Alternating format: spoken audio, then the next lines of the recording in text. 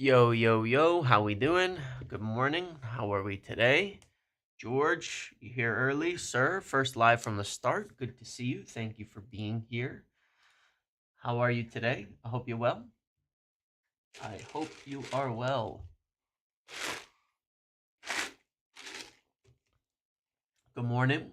Good morning. Good afternoon. How are we right now?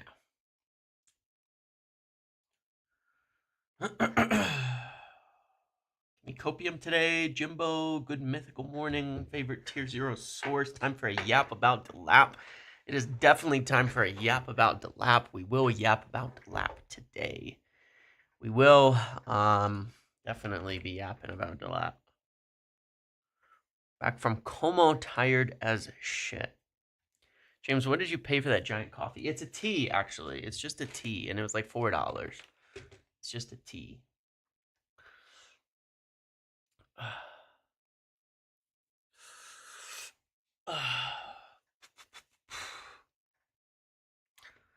Hope as well. Hope we sell Garnacho, get Aussie Man. Best channel for United content. Thank you very much. Ugarte. Smash the like. Oh, yeah. Right. Thank you. Thank you for the reminder, King Eric. For anybody here, as you get going, please smash the like button. And yeah, help me out here as we get going. A lot I want to talk about today. Hopefully you caught yesterday's video because there was a lot I spoke about in there, and I kind of want to follow up to a lot of that as well. Because yeah, there were some good things. You're not fooling anyone. It's water and it's 9:01 in the morning for me. I'm not an alcoholic. I promise you. I don't drink at all.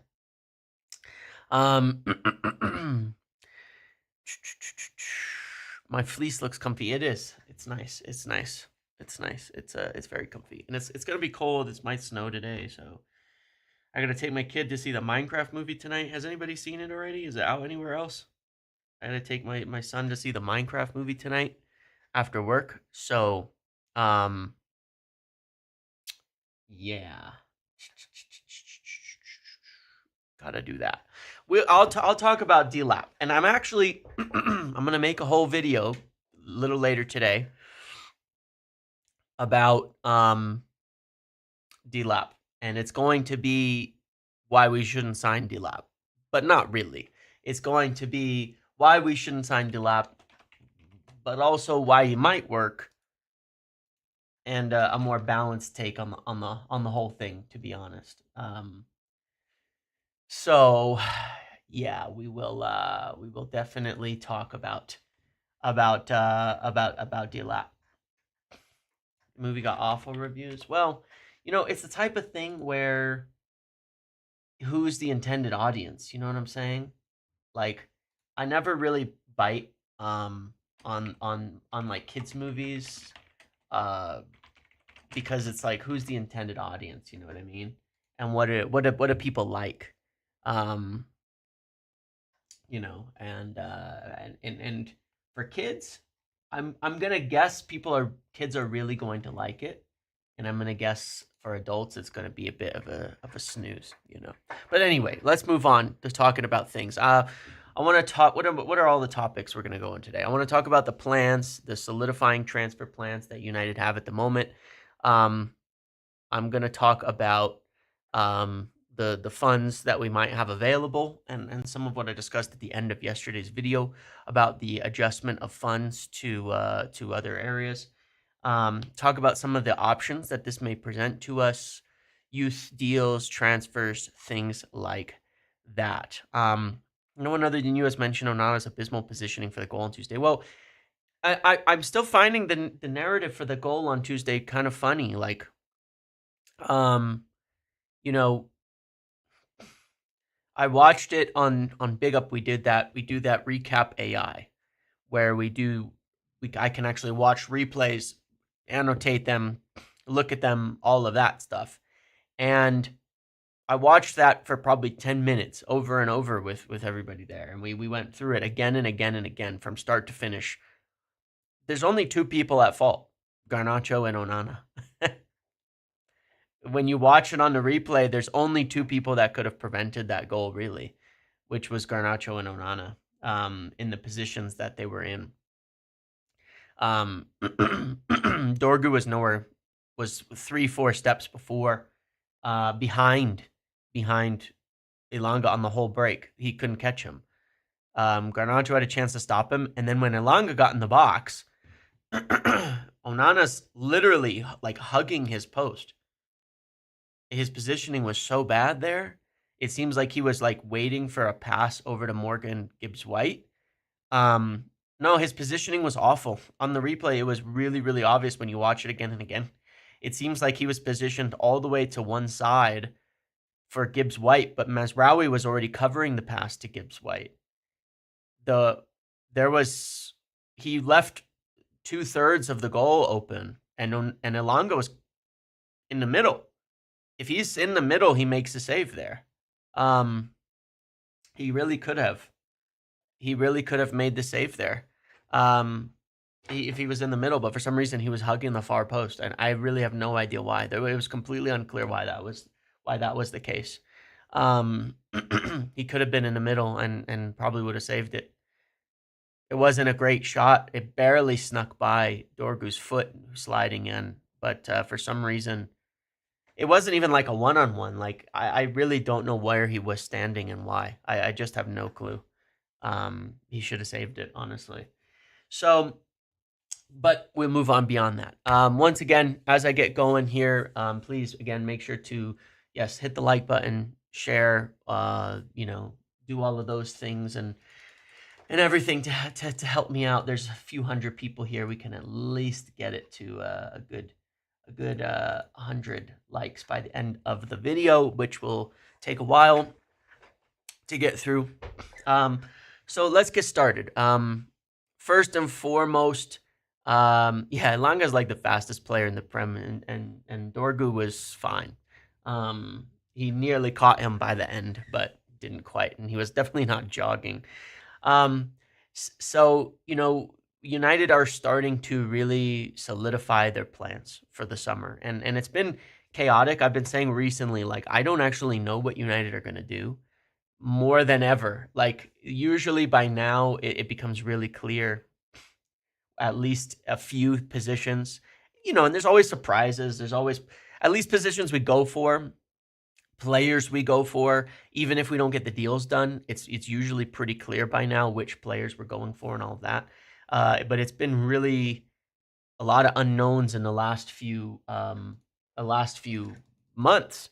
But I think that today, as of like yesterday and today, from just everything that I've been gathering, I feel for the first time coming towards summer more settled on at least kind of the plan of what we're going to do overall.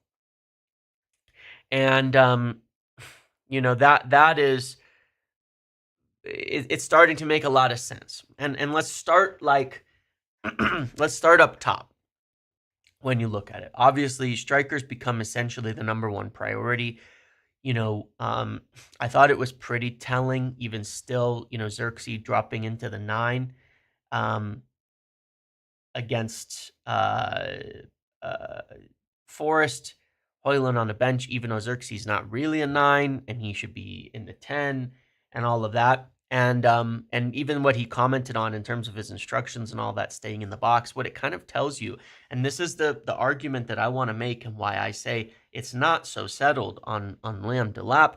It's that Amorim definitely, aside from wanting a striker who can run, he wants a striker who can occupy the box. That's why he played Xerxes. He was hoping for the little smaller movements and things like that around the box. We should do a signing chart video soon. Yeah, well, I'm going to do a video that has like the top positions of priority in order, and then the top 5 for each position that they look at signing, and just lay it out pretty clearly all in one video. Since I've done like the midfield strikers and all of that, now I think I can help lay it all out a little bit easier. But the striker is the obvious number one priority. And in addition to that, the number 10, and I'll talk about the funds in a minute here, and kind of their planning. But the forward positions, two signings in the forward positions have become really the urgent and top priority for the club, really, really clearly. And at striker, like there's a couple of different plans here, no doubt about that.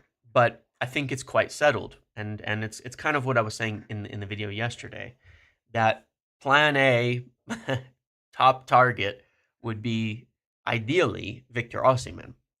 Now you've seen with Laurie commenting on that today that he's not being turned down on asking about this, and then there's the whole Garnacho situation. Yeah, I want to talk about the midfield. I'll talk about the midfield as well, because finally someone else but me is talking about the midfield. Every year I feel like I'm talking about the midfield and nobody's talking about the midfield in the United space, and it's like, are we ever going to address the midfield properly, and get good partnerships in there? But anyway,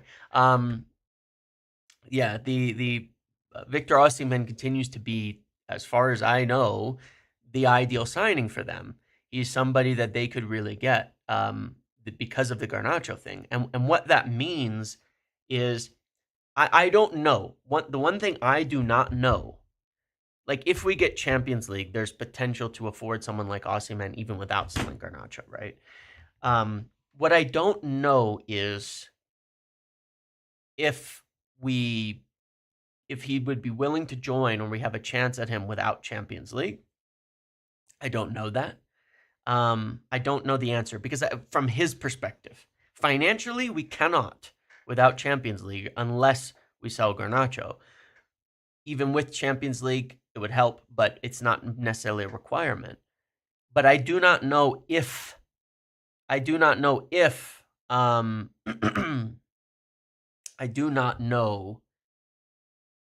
he would join us, and if we would be able to be competitive for him in the market in that instance. So that's the unknown. But he continues to be like the settled kind of main guy that they would ideally get should they be able to. On the other hand, King Ragnar, sell Garnacho, buy Osimhen or Delap, buy Mbumo and another 10. The attack is dreadful, need a complete revamp. I completely get that. I completely get that. I would not disagree. He is a United fan. He has commented. I mean, he's a Nigerian footballer. He's almost, there's like an 80% chance he's a United fan too. But he has talked about it in the past, right? But there is a possibility here. There's a possibility here. Because it might be his best chance to get this move this summer, and he's certainly not going back to Napoli, right? That relationship is completely broken. So that is like essentially what we would like to do. On the other hand, there's Liam Delap. They are definitely very seriously interested in, and he's a serious option. And I think that one of the ways that they're setting their plans. Yeah, I know he did, but he tried to join Chelsea. It's more about competition. Like if Chelsea tried to buy him and they had Champions League or Europe and we don't, I don't know. What happens? We just don't know. I don't know what other teams are going to do, in the market. Could Liverpool pop up and go for Osimhen? I know that they want Isak, but if they can't get him, could they go for Osimhen?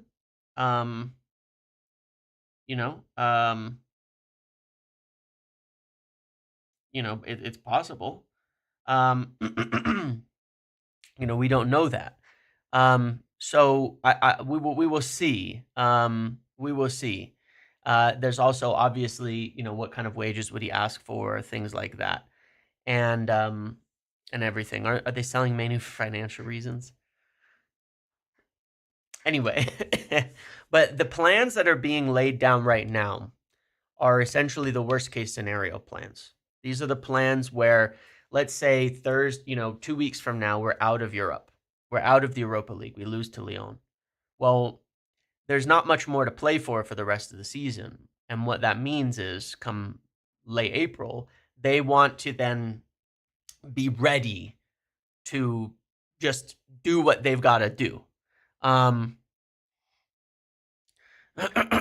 You know, they've got to do what they've got to do.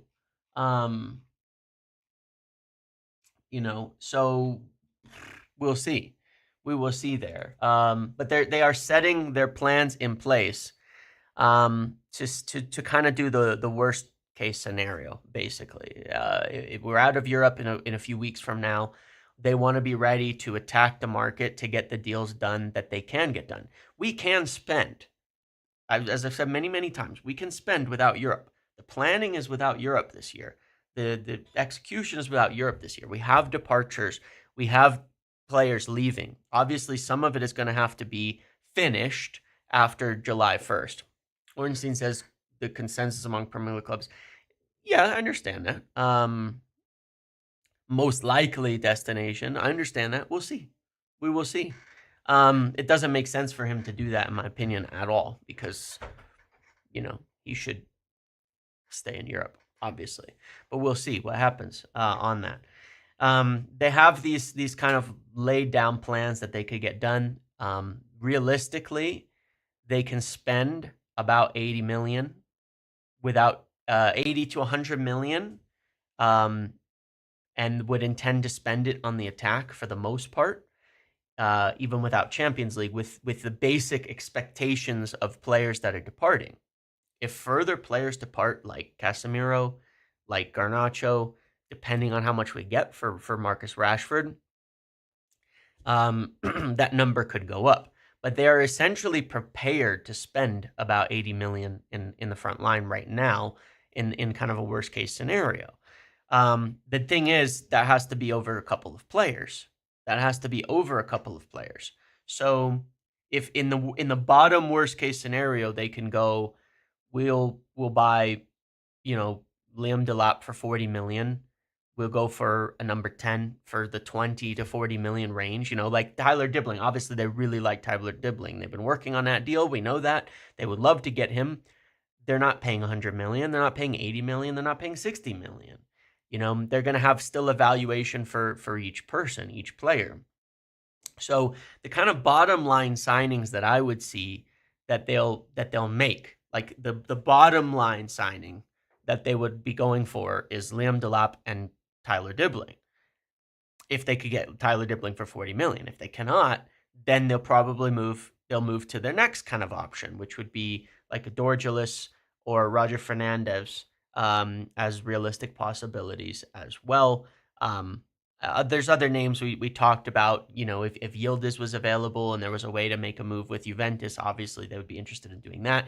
But essentially the goal is here, can they spend about 80 million net? Can they spend about 80 million net between the striker and the 10? And there could be multiple players. They could go for a 20 million 10. They could go for Osimhen or Delap for 40 and another striker. You know, there's a few options here. So, but the baseline plan is to do something like that, to spend between the two positions, you know, try to not spend over 80 million there. That would leave a little bit of budget available, even, you know, with the basic things that are planned, so that they could go for like a center back as well, maybe a midfielder as well. So there's a few different, you know, permutations there. Does the net include offloading expiring contracts too? Well, the reason they have money to spend is expiring contracts. That's a big reason why they'll have some money to spend, is expiring deals. Because players are naturally departing, they'll have money. Now, they won't have the full 80 million to spend. No, 80 million total, not amortized. They won't have that full money to spend until, of course, we're confirming, like, we can get Anthony back out on loan. What happens with Sancho, Rashford's, you know, being out, and the money that we might get for a sale of Rashford could increase that, but not having his wages on there will be a factor in that too. So, they may not have all of that money, because let's say like somehow magically Anthony, Sancho, and Rashford and Malacia all return to United, and there were no deals lined up to get them gone, then they would still have some money to spend, but a lot less. Still, they're expecting to do that. Still, they're very much expecting to have those deals lined up, and that's what they're working on. So, does the 80 to 100 million estimate assume? It assumes Sancho is gone one way or another. Yeah. I don't think it assumes the Rashford option, but it assumes his wages off. The fee could improve upon that, but some of the fee could be used for salary payoff and things like that too. Anthony, it doesn't require him to be paid off or sold. It just requires, again, wages off the books. So we will see. We will see there. But these are kind of like the laid down plans. So if they have more budget or Garnacho sold, then they can go for a higher target. Now, in an instance where, let's say, they have more money, but they can't get Osimhen, what would they do? Then you're looking at guys like Ekitike, who are more expensive young prospects that they cannot go and spend money on in the basic. So kind of look at it like you almost have two scenarios. If they end up with more money, but they can't get Osimhen, then they move down the list of prospects, Ekitike, Aghawa, all of that. If they don't have money and have to spend the basics, and somehow they miss out on Delap because he goes to Chelsea or something like that, then you're talking about Mateta. Then you're talking about Mateta and maybe another young striker, one of these prospects that I've mentioned or hinted at, essentially, where they're looking at 2 or 3 of them as potential names. Then you're looking at that kind of backup plan where you go spend 30 million on a Premier League striker and 5-10 million on another prospect, but not a huge amount of money on a prospect if we don't have money. So you can kind of look at it like this. There's the set plans there, and then there's the backup plans, and they're each in their own kind of category. Because it's always possible Garnacho could be sold and it has nothing to do with Osimhen. And that would mean we'd have more money, but not Osimhen. What do we do with that? We go for a prospect we think is better, like Ekitike or someone like that. So you can kind of see the the 2 columns of planning that you might see at striker there. From the 10's perspective, same goes, where Dibbling would probably be the top target right now. Dibbling would probably be the top target, but then you have all the other names that we mentioned, the opportunities in there, and then there's young players, there's other links, there's things like that, because you may not be able to get Dibbling at the price that you think is fair. And again, United will be disciplined on that point of if they're not going to go and spend 60 million on a player they value at 40. They're going to be disciplined on their pricing. So, it seems likely at this stage that we'll move on from Dibbling. But let's say then there's the other aspect of, sure. Let's say it enables you to get a more expensive 10. You can't get Osimhen. You've got a little bit more money. You get Delap. Well, maybe there's more expensive 10s you could get. Maybe you can look at Mbeumo. You could look at Xavi Simons. These players who are probably going to cost 50, 60 million. I would say probably cheaper than that. I would suggest 40 million as well for Mbeumo might work. 50 million for Simons might work. Those are not impossible deals at all with the way that the money is moving around. But think of it like, this is the way that this is the way that Ineos run things. This is the way that the new management plan for things. They always plan for the bottom line circumstances. That's why I said this year, all the cuts that they've made, all the budget cuts, all the layoffs, all of those things that have happened that were massive. Why did they do all of that? Because they had to plan for the worst case scenario. You understand what I mean by that? The bottom line scenario. I mean, that's what proper financial planning usually is. What is the bottom line scenario that we have? It's something a lot of business people don't do that they should do, because when it happens, then they're in trouble. But it's planned for the bottom line scenario. They did that. They did that financially. And what that means is, without Europe, with everything that's gone on, we will have money to spend this summer. If they didn't do that, we wouldn't have money to spend this summer. But then in addition, when it comes to the market, they're saying, what are our bottom line plans? Well, our bottom line plans is probably something like Delap and Roger Fernandez with our money up front, with what is obtainable with the money that we have. That is probably their bottom line plans. Does that mean that's what you're going to do? No. But what if that's all you can do? Are you still better off? Of course you are. Of course you are. You still have to make some transfers. You still have to make some signings.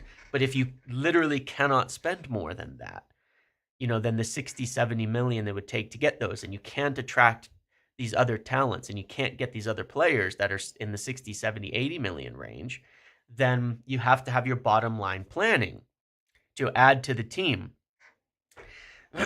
So I think of it like, worst case scenario, but there will be other possibilities. And these are the plans that they're laying down. And it's the same at the back. Like, with our 80 million to 100 million potentially, what could we do? Well, we could get a striker, we could get a 10, we could get an affordable center back like an Akcicek or Jimenez, or one of these young players that is in a similar, age bracket and vein to Aiden Heaven.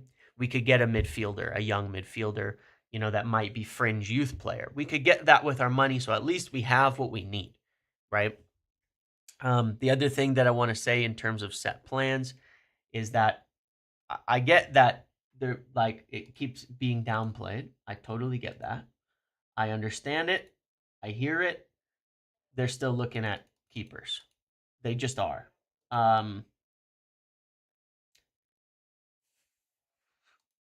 They just are. They're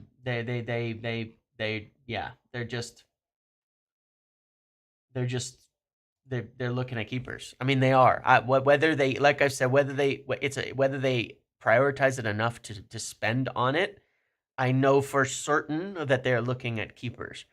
It doesn't mean we will make a signing this year, but I wouldn't be surprised at all, because they are 100% looking at keepers. I mean, I've heard some crazy names out there, ones that'll never happen, like from teams that will never do business with, but they're looking at keepers, so in a scenario where an offer comes in for a Bayindir or an Onana, then so be it. Then I think they would kind of look at that. But yeah, they're casting a big net on this keeper thing. We'll see what happens with it. I don't think they want. What I will say for certain, which I've said before, they don't want to spend a bunch of money on it. It's not like they want to take. It's not like they want to take the the keeper position and say, let's blow a huge chunk of our budget on the keeper right now. That's not the case. I don't think they'd want to blow any of their budget on the keeper if they can avoid it, because the keeper is not that important to an Amarim system. But that doesn't mean they don't want a better keeper, because it's not that vital. It's more in a point of, like, they don't want to. They're looking at it, but they also don't want to divert funds from other part of the necessary signings for it. So it really depends on if an offer comes in. If an offer comes in for Onana from somewhere, and it wipes out his amortization and wages, and that enables them to buy a keeper, they'll do it. Very, very likely. Bayindir, if there was a profit to be made there and on a sale or something that allowed them to buy another keeper, they would very likely do it. So, but it's not something that's going to take from the general budget, but they're very, very much looking at it. I can tell you with absolute certainty on that they have cast a very wide net on keepers, on looking at options there. And the other thing was, again, midfielders, and I'll talk a little bit more about midfielders in a second. But yes, they're definitely looking at midfielders as well. In an ideal world right now, they would be able to use their budget, the baseline budget, to get a striker, a 10, a midfielder, and a center back. That's what they would like. There's obviously things that can add to that, but they're lined up those baseline budgets. I'm still less certain of the names when it comes to midfield and center back, no doubt about that. But I'm very sure that the baseline players in the forward position is like Delap and Dibbling or something like that as their baseline that they would like to get in. In terms of funds, this was the other thing that I shared in the video the other day. It would be different, if we had gotten Giovanni Kenda for 40 million or so at right wing back, we would very likely spend less to nothing at the 10s kind of position. But the idea was that essentially, without buying Kenda, the money from there they'd rather divert to the forwards position and use options at the club. Bendito Mentato continues to be an extremely, extremely highly admired player who I know for sure that Ruben Amorim really, really likes and is really, really high on. And I really do expect that he will get a chance in there. But,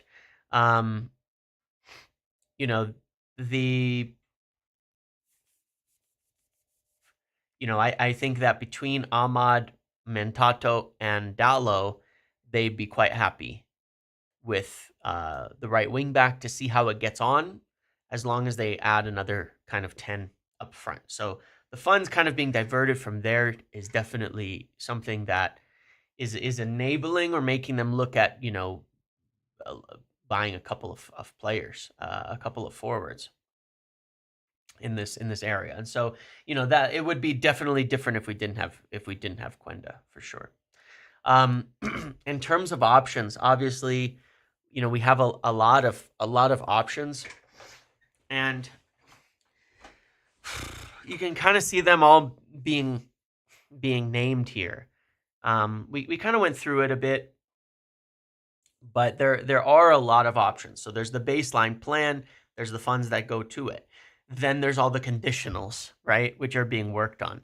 Do you get more than 40 for Rashford? How much of it do you have to use to pay off his contract? How much of it can you count as profit? Does an offer for Garnacho come in? Does an offer for one of the keepers come in? Does a big offer is this Casemiro get sold? Do you make Champions League? The permutations of possibilities are endless right now. There's so many like conditional things here. Do you get an Anthony sale somehow? I think it's going to be tough still, but do you get an Anthony sale that takes out his what do you call it? That takes out his amortization, right? I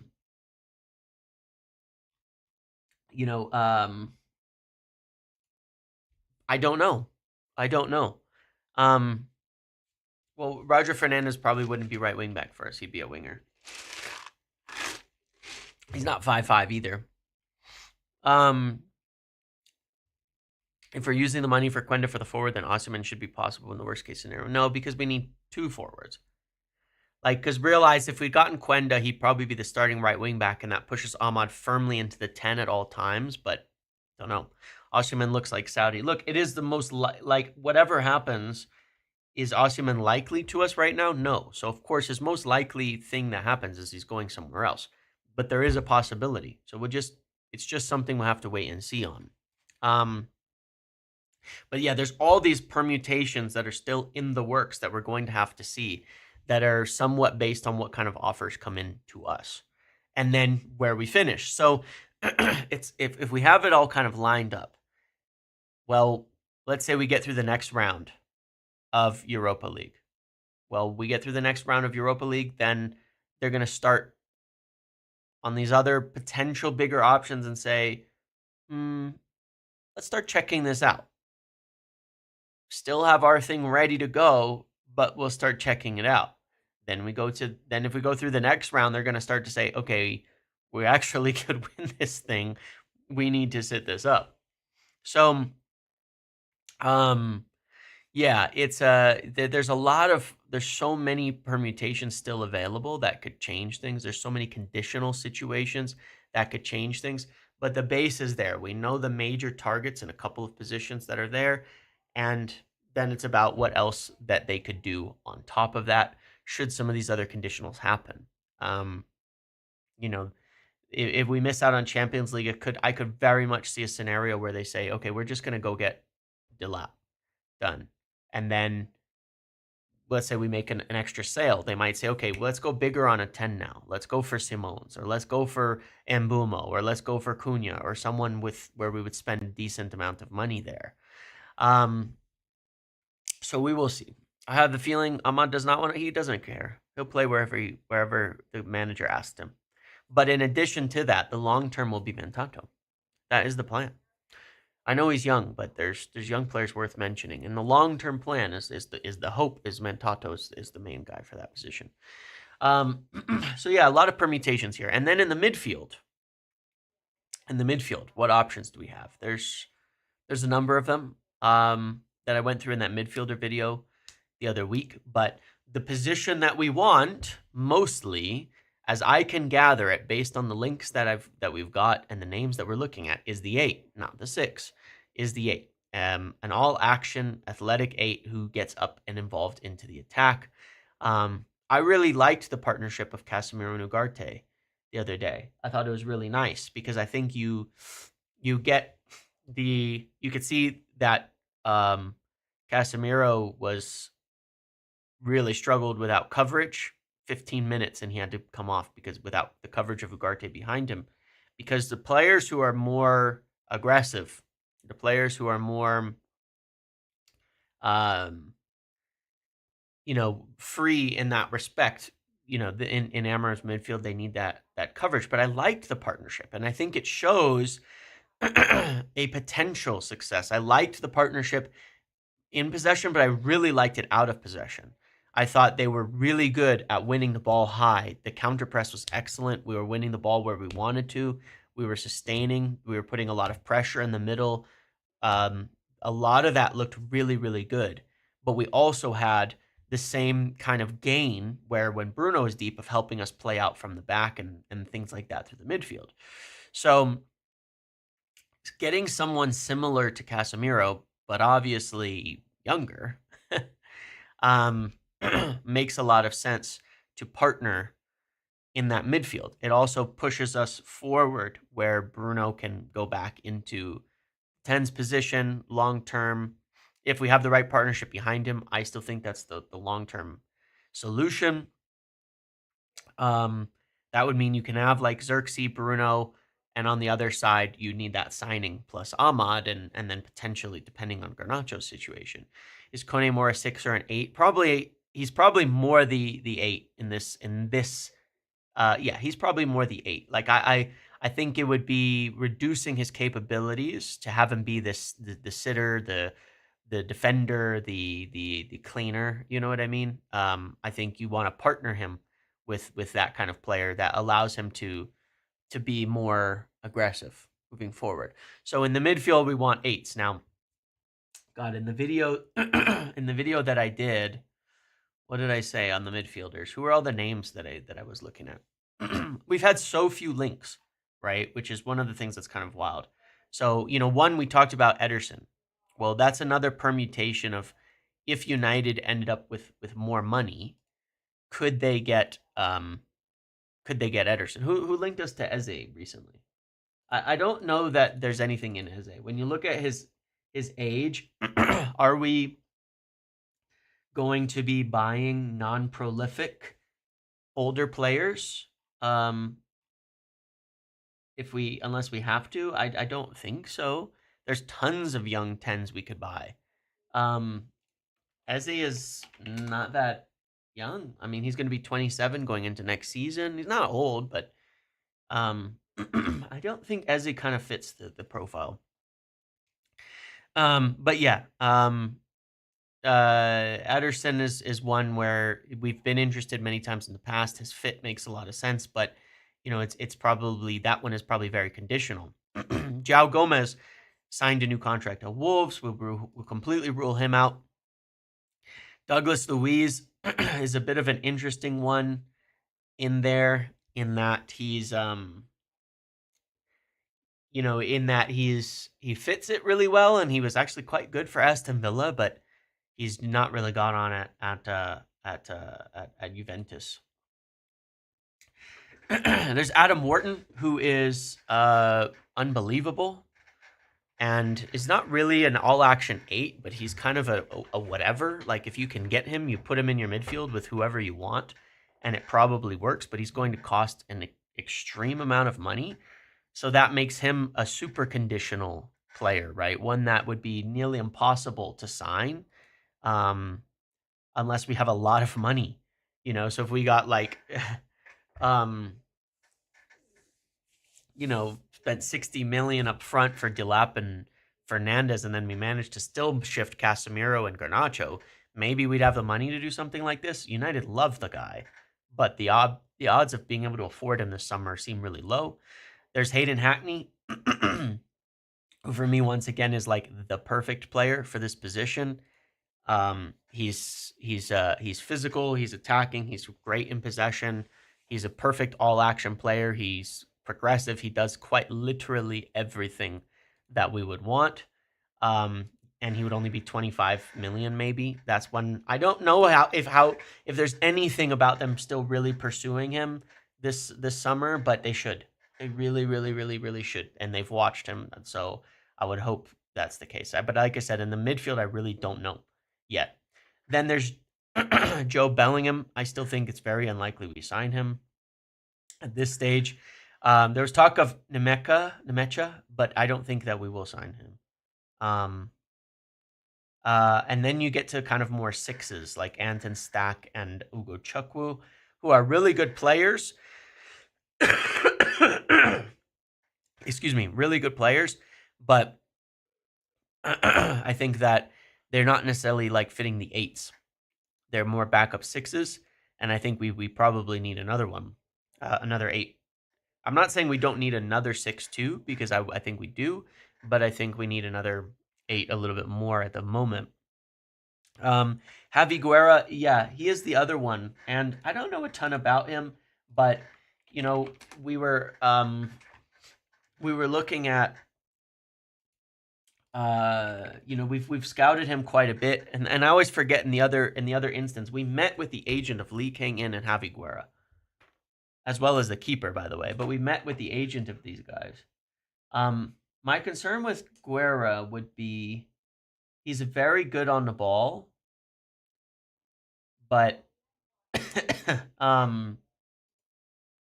he's very good on the ball, but he's really soft out of possession.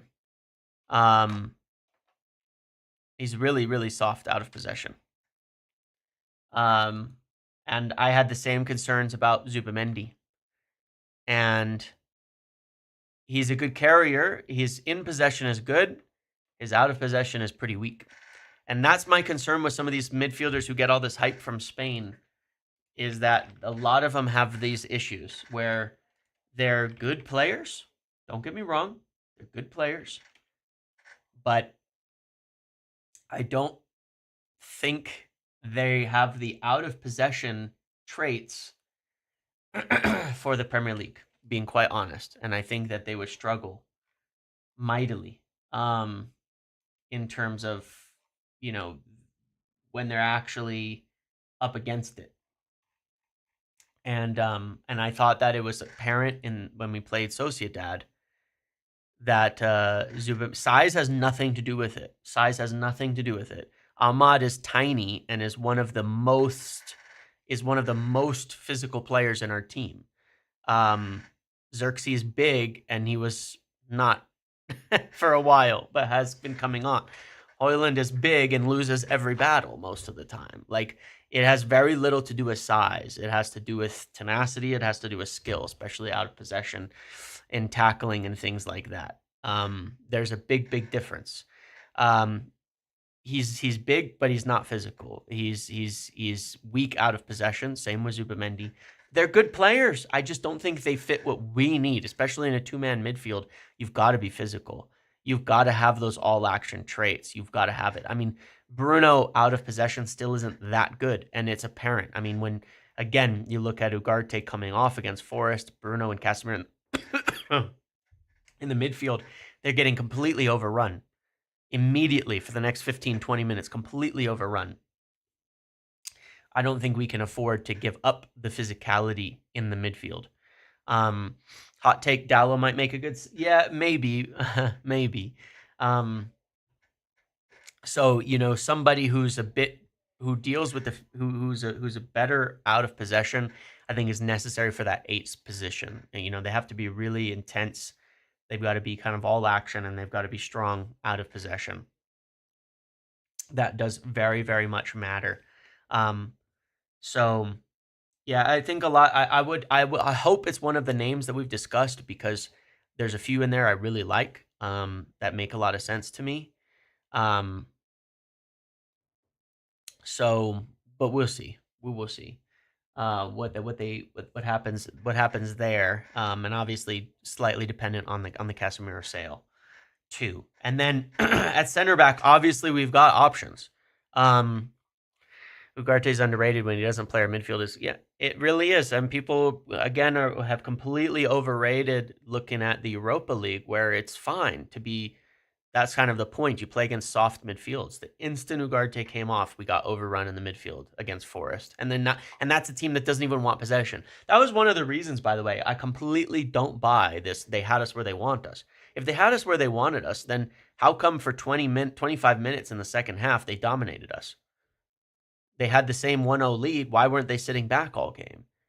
We were dominating them, winning the battle in the midfield until those 25 minutes. When we stopped winning it, they started dominating us. They started controlling possession. They started getting into our attacking areas more and more. They didn't have us where they wanted us. They didn't purposefully not have possession. That we were winning the battles. We stopped winning the battles. They took control of the game.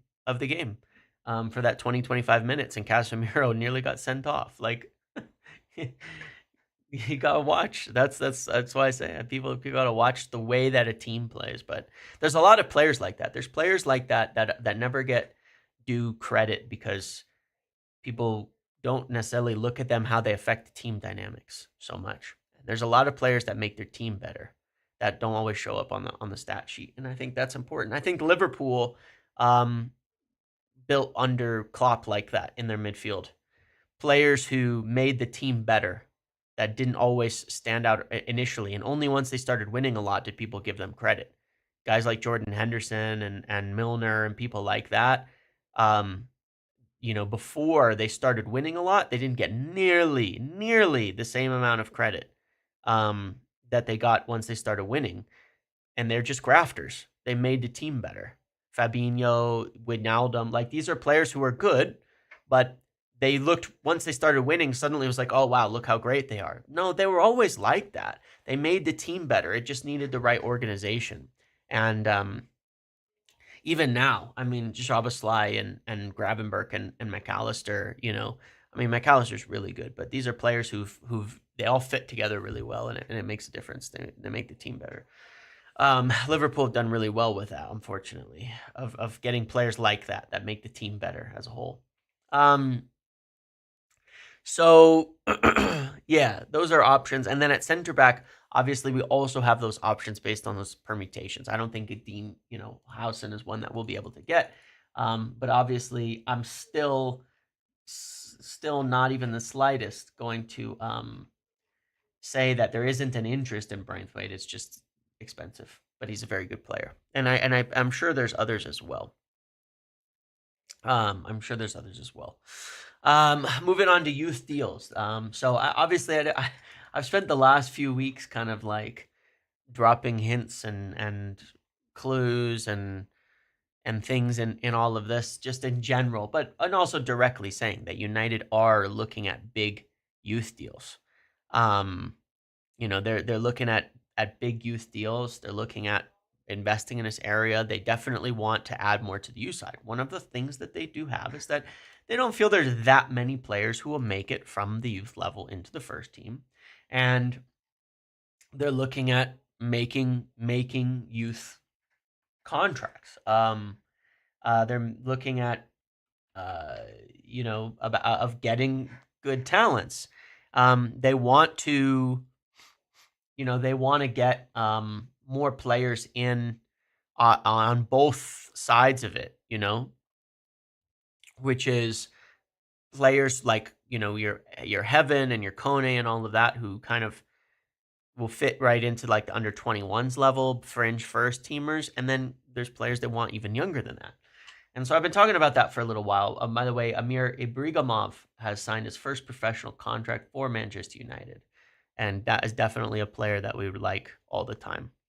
People complaining about buying young unknown players will be the same ones asking why we did not sign the likes of Balaba and Caicedo. I know. Look, and this is the thing about the rebuild, and this is the thing about it in general. I've got doubts about so many players. I've got doubts about so many targets. I've got concerns on plenty of them. However, do I think that we as United fans know better? Absolutely not. I think United fans are beyond stupid, and myself included. And I think that in general, if we listen to what the bulk of United fans think, we'd end up about where we are now, because that's what we did.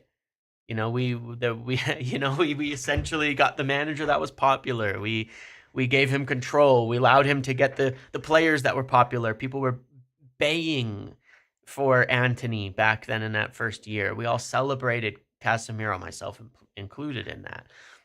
We were like, give him all his Ajax players, we did all those things.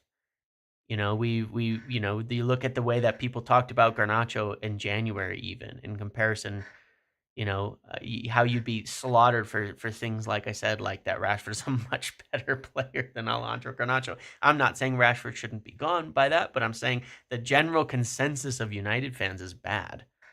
And I think that's probably true of most fan bases. And the things that they want the club to do are generally bad. What I look at it and say is the only way to make it work is we kind of have to trust the people that are there and judge them based on how it works out and see how it goes. That's what we have to judge them on. I think that when you look at last summer, the deals that they did, a lot of criticism in the first half of the season over those deals, but now 8 months later, 8 months later, people are saying, wait, hold on a second. They actually signed some really good players. It was a good window. Euro is great. Mazraoui is great. Delict's coming along really well. Xerxes improving as a player. He's in his first season. Ugarte is a good player. Like, Dorgu's come in. Like, they've made smart signings. They've made good deals. They're doing what they want. And so I think that, I think that it's not like blind faith. It's a matter of, I kind of trust them because they know better, and they're actually football people involved in this who have track records, who've been in the business. This isn't like Woodward and and all of that. This is people who've been at successful clubs and people who have had a lot of success in the game. People who are incredibly knowledgeable, who've made amazing deals. Vivel, Omar, Wilcox. These people have a track record on, talent, on unearthing talent, on signing players, on doing things, and are successful in the game. So I think that they're, I look at it on the basis of just go with what they say, even if I have doubts. I've got plenty of doubts, and we'll always just share our opinions and our views on things, and that's all they are. But at the end of the day, let's just accept it. We'll look at it and see how it goes. What else can you do? You know what I mean? What else can you do in this instance? But, again, we've had over the years people talking about we want to sign. They always do things like that. Why didn't we sign Julian Alvarez? Why didn't we sign Caicedo? Why didn't we get Balaba? Well, maybe that's what we're doing when we talk about Roger Fernandez or we talk about Dorgelis, or we talk about, you know, some of these young strikers from other countries, or we talk about Akcicek, or we talk about Hackney. I mean, I'm just saying in general, maybe that's what we're doing. Maybe that's the truth of it. Maybe that is what is happening there. Maybe it'll work out amazingly well. We'll see. But the youth aspect of it is part of that too. Maybe Kone will turn into that Caicedo. I mean, you look at Brighton right now, they've bought some other young players and they're loaning them out. They're not even in the first team yet. They might turn into their next Caicedo. They might turn into their next Balaba. You know, all sorts of things. Who knows? Well, it might work out with the guys that we get as well. We're not in the position to buy top players and waste more money. We're just not in that situation. Olise had a 35 million release clause. Exactly. Yes. They, you know, there was a lot of players we could have gotten that at the time I think people would have turned their nose up at in the fan base. So it is what it is. You know, we'll see. We'll see. But yeah, on the youth side of it, there definitely is, you know, a push here. And somebody commented this earlier, which was really good. Hold on one second. Here we go. This was a good comment. This was a really good comment, actually. Let me find it, because this is the point here. I can't. I don't know how to show things on. I don't think I actually can. You said shopping around at our rivals like Arsenal, City, Pool for youth talent who cannot make the move into the first team, while we can offer that as a good move. Correct. And that is essentially the idea. Is right now we have a unique situation because of kind of where we are, to get people in, because we can present a better pathway into the first team than these other clubs are capable of because of the situation we're in. And you know, and so Academy Scoop was saying the other day, you know, Manchester United's recruitment department are gearing up for an ambitious summer transfer window as they look to bring some of the country's biggest talents to Carrington. Preliminary work has begun on a number of highly rated players. United are hoping to be a competitive force in the market comparable to that of City and Chelsea in recent years. Last summer's deal to sign Cheeto Obi represents the standard of player they're aiming to recruit. So it kind of tells you we want to nab the best players in the country, and we feel we have an opportunity to do that. And I think we do. I think we do, and I think that we will. And I think there's real chance at that. And so, you know, that's a part of the long-term stability, right? Of getting these young players coming in so we can start to debut talents and good players into the side, but also the fact that they can go on loan and they can be sold and you can make profit and things like that. Will JJ Gabriel stay? I don't know. I'm leaning right now towards yes from things that I've heard. Not saying it's not like there's not some oddness with it, but right now I would lean to yes, that he will stay. Obviously, it'd be a good one to keep just in terms of level of talent and all of that as well. So yeah, you know, and obviously on sales it matters. You know, Ornstein said in the Q&A thing this morning about you know, about Mason Mount, for example. Like, this was my always concern, right? When I looked at Mason Mount, Luke Shaw, all that, well, I said shifting them is going to be really difficult because, you know, one, United really, you know, Emram really likes Mason Mount. Everybody who watches Mason Mount really likes Mason Mount. It's kind of funny. But at the same time, you know, he fits like such a glove into the system, but he can't stay healthy. But the problem with him and Luke Shaw essentially is big wages, injury history. Nobody's going to take them. It's impossible. They're unshiftable. So you better make do with what you can. And so obviously the focus is if Mount can be healthy, then fantastic. Then we have a good footballer on our hands that can play. So hopefully, you know, that results in something.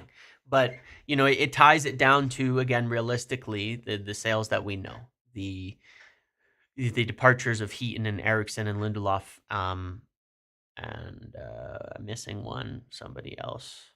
And then, you know, Anthony and Malacia and Rashford and Sancho for sales, and then obviously Casemiro as well as a potential sale, and maybe a keeper. But yeah, we're really unlikely to be able to do anything with Shaw or Mount, honestly, for the duration of their careers unless they stay healthy. And if Mount is healthy, then we'll probably keep him. So okay. Um so it is kind of what it is there, but these are the types of things that we obviously are still paying for and all of that. Um, so we'll see what happens if he can get healthy, if he can stay healthy, if he can play, then everybody will be very very happy with that. Um, uh, da, da, da, let's see. Was there anything else that I wanted to talk about today? I don't think so. I think that about covers it. I'm gonna do a video on Liam Delap, um, on my concerns for it and all of that, um, and everything as well. But because I do definitely have concerns there, but obviously he's a serious option for United. Um, is Olmo an option for 10? I don't think so. I don't think he is. I don't think that Barcelona are looking to sell right now. I don't think that's one that's on the table. The one I'm most curious about is the midfield because I have the names that I've known, but some of these are dating back like 12, 18 months of scouting. Um, who can we get? I kind of expect on who we'll be looking at the tens, and it'll be one of the names we kind of know. I expect that striker we kind of will know who we'll end up getting. The midfield, the next thing like that is not solid is the midfield. The next thing that's not solid is the midfield, and that's where I'm really curious. I want to see like, do we make contact with one of these guys soon and really pull a start to move on a deal because there's good young options available, and I really think that we could get something that would help a lot in those positions. I think we could seriously improve in those positions for not that much money and get more options in there as well. So I'd like to see that. I would like to see that as well.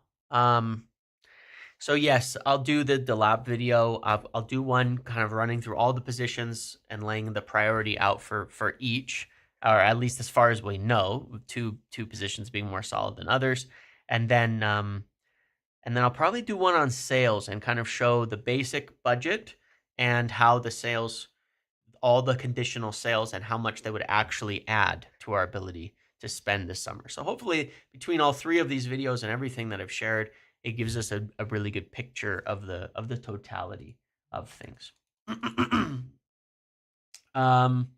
So yeah, that would be great to do.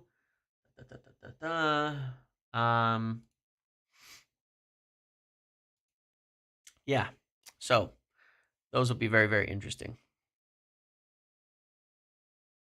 Would you say someone like Hackney and Joe would be possible, or would you expect just one? One. I don't think we'll get two. I think this guy's got to be trolling, honestly, in the comments at this point. Like it's like every negative possible take possible. I don't think Delap is crap though. It's not that. I think he's a good player. He's a good shooter. He's very good on the ball. And look, like if I compared him to Rasmus Højlund, what would I say? I would say he's similar, but he's much better. But is that what we need, or do we need a more complete player? I think we need a more complete player. Doesn't make Delap a bad player. It's more the unknown with Delap. Yeah, he isn't crap. He's just not the box striker we probably need, right? It's the unknown with him. He's not played in a possession side for a team that would be in the types of game states that we're often in. He does not ever pass the ball. Like he so rarely gets the ball, passes it, and is involved in those types of things. So yeah, it's tricky there to know. It's more the unknown with Delap. I think is the biggest concern with him to me is the unknown. And it's, can we take another risk on that? Would he do better than Højlund? Yes. Would he run the channels well? Yes. Is he a good shooter? Yes. Is he a good dribbler? Yes. Does he have the physicality? Yes. But that's half the game for a striker. It's such a difficult position to get right.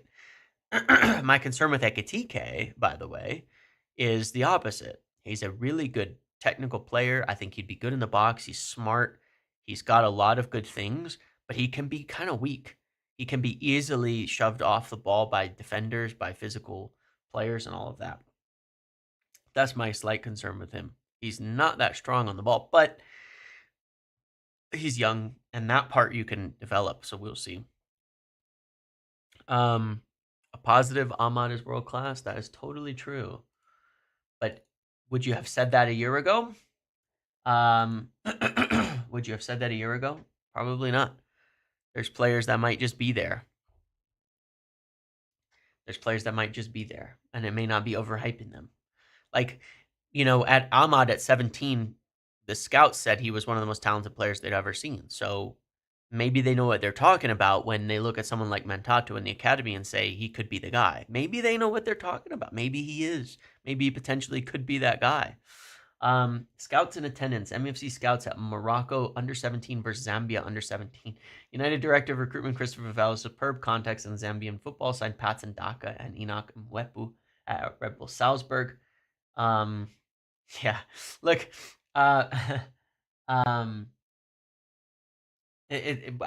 similarly to kind of the striker names that I've got, there's serious options for some good African footballers. With Vivell here, there's serious options that we could get there. No doubt about that. There are serious options that are possible. With Vivell in the building on some of these, on African players, whether in Africa or in other countries that we could get, because he's got such good contacts in all these areas and these academies that some of these young African players go through, where there's some really good players that come out of them. And so I'd be surprised if we don't sign at least one, good young African player from Vivell's contacts this summer. I'd be really surprised, because there's a couple I already know we're looking at. So that will be interesting. Yeah. So yeah, let's see what else. Anything else that I want to cover today?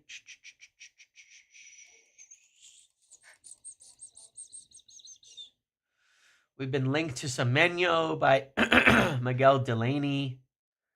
I don't think there's a hope in hell of that one. I'm not sure he's the right guy either, but I think he'd be quite expensive. I think he'd be so expensive. 60, 70 million, something like that. I don't think we can get a player like that this summer. I'm not sure that he's worth that either. Dorgelis could well be that guy. I mean, I really like Dorgelis. We need one more guy like the Vivell of South America. We're really cooking. I would agree with you. I would agree with you. It is interesting though. Maybe we're doing a bit more on there. I mean, we got Diego Leon. There's Jimenez and some other players we're watching at some specific clubs over there. So maybe there's more to it. You know what I mean? Maybe there's more coming from South American markets. I mean, they were very excited. There was an intention to do more in the South American market coming soon, but they just haven't. We got one. I mean, we gotten a couple. I mean, at the end of the day, we did. We got Diego Leon from there. So maybe we will do some more. How screwed are we if we don't win Europa for next season? Not screwed. You can look earlier in the video. I discussed the plans, the bottom line planning that they're doing. We'll have money to spend. But obviously, I think it would shorten the runway by probably a full season on where we want to be if we were to win Europa. If James blinks at all during the rest of the stream, it's proof Dalman is coming. Oh boy.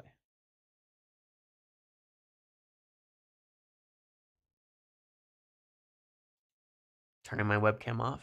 There we go. All right, that's it. I'm gonna end it here. I got some shit to do today. I'll record this Delap video as well, and I'll put it out later. Thank you guys for hanging out with me today. Thank you for watching.